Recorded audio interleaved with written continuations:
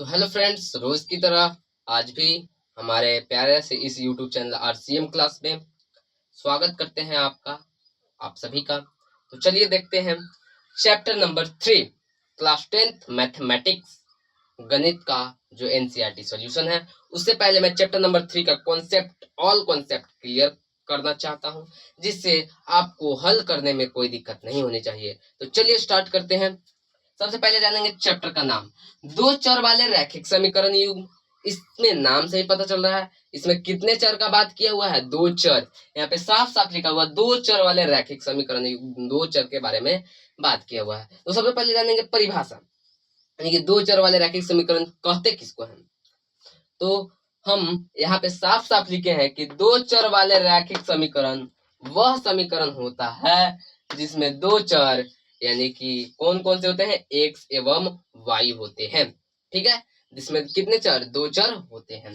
इसका घात कितना, यानी कि घात मतलब पावर, एक्स और वाई का घात कितना होता है, एक होता है। इसका सामान्य रूप कितना होता है जी, इसका सामान्य रूप X plus B Y plus C is equal to 0 होगा, जहां ए बी सी एक स्थिरांक है। ठीक है, उसके बाद एक्स और वाई क्या है जी, चर है। एक्स और वाई क्या है जी, चर है। हम लोग 9th क्लास में ही पढ़ चुके हैं। तो ये तो कॉन्सेप्ट क्लियर हो गया कि दो चर वाले रैखिक समीकरण किसको कहते हैं।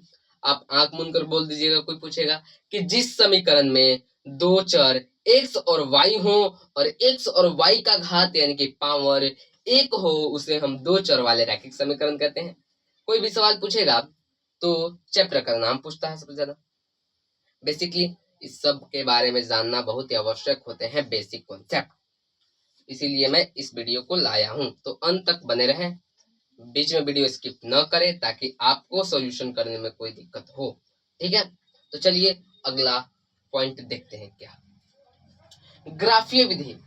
हम लोग, ये बहुत इंटरेस्टिंग विधि है, ये बहुत आसान विधि है और इससे आपको 3 मार्क्स प्राप्त होंगे एग्जाम में।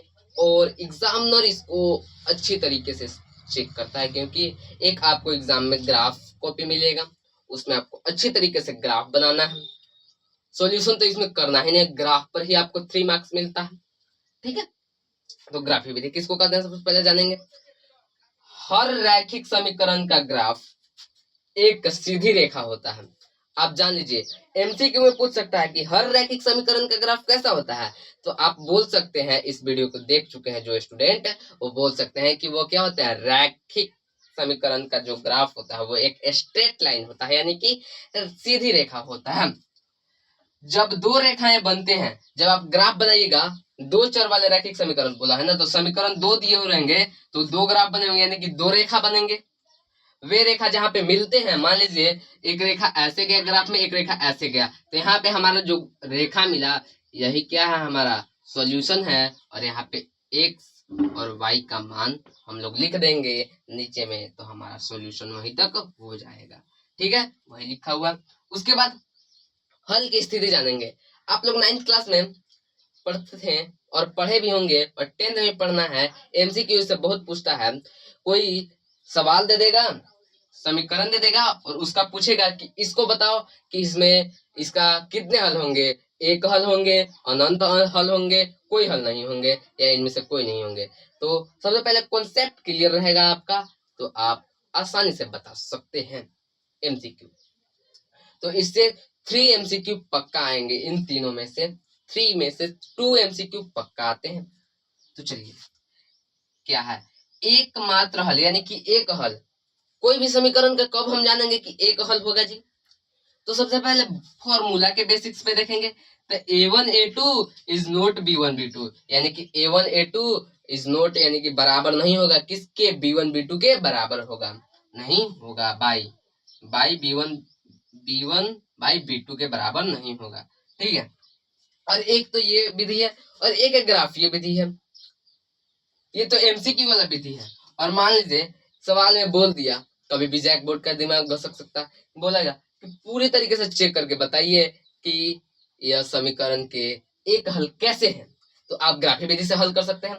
देखिए कैसे, आप ग्राफी विधि से जब हल कीजिएगा तो दो लाइन तो बनते हैं उसमें, तो जब दो लाइन क्रॉस करेंगे एक दूसरे के ऊपर और एक पॉइंट बनेगा, तो उसके कितने हल होंगे? एक ही हल होंगे। ठीक है, जब कोई भी समीकरण में ग्राफीय विधि आप हल कीजिएगा और उस ग्राफ में एक दूसरे को लाइन कट करते हैं, यानी कि पॉइंट एक बनता है, उसमें केवल एक ही हल होंगे। ठीक है, याद आ गया। उसके बाद कोई हल नहीं। अब कोई हल नहीं कैसे जानेंगे? इस समीकरण का कोई हल नहीं, कोई एग्जांपल देंगे। तो a1 a2 बराबर b1 b2 बाई है, sorry, a1 by a1 by a2 बराबर b1 by b2 is not c1 by c2, यानी कि a1 बाई a2 बराबर b1 बाई b2 तो है बराबर, लेकिन c1 बाई c2 नहीं है। तो एक तो ये फॉर्मूला बेसिक्स पे हो गया। और एक ग्राफीय विधि से क्या होगा? जब आप ग्राफ बनाइएगा उस सवाल को, कोई भी समीकरण का, जब ग्राफ केवल स्ट्रेट लाइन ऐसे समांतर रेखा जाए तो उसका कोई हल नहीं होगा। ठीक है, एक तो ये जान लीजिए, क्या होगा? उसका कोई हल नहीं होगा। समांतर रेखा मतलब ये रेखा कहीं कट सकता है, बताइए तो। समांतर रेखा आपस में कहीं कटते हैं, आप 9th क्लास में पढ़े होंगे, कोई दिक्कत नहीं होना चाहिए, इसमें कोई हल नहीं होगा। और अनंत हल का कॉन्सेप्ट क्या है? तो एक फॉर्मूला बेसिक्स पे देखेंगे कि a1 बाई a2 बराबर b1 बाई b2 बराबर c1 बाई c2, ये तो एक फॉर्मूला बेसिक्स पे हो गया। और जब इन तीनों बराबर होंगे तो हमारा अनंत हल होंगे।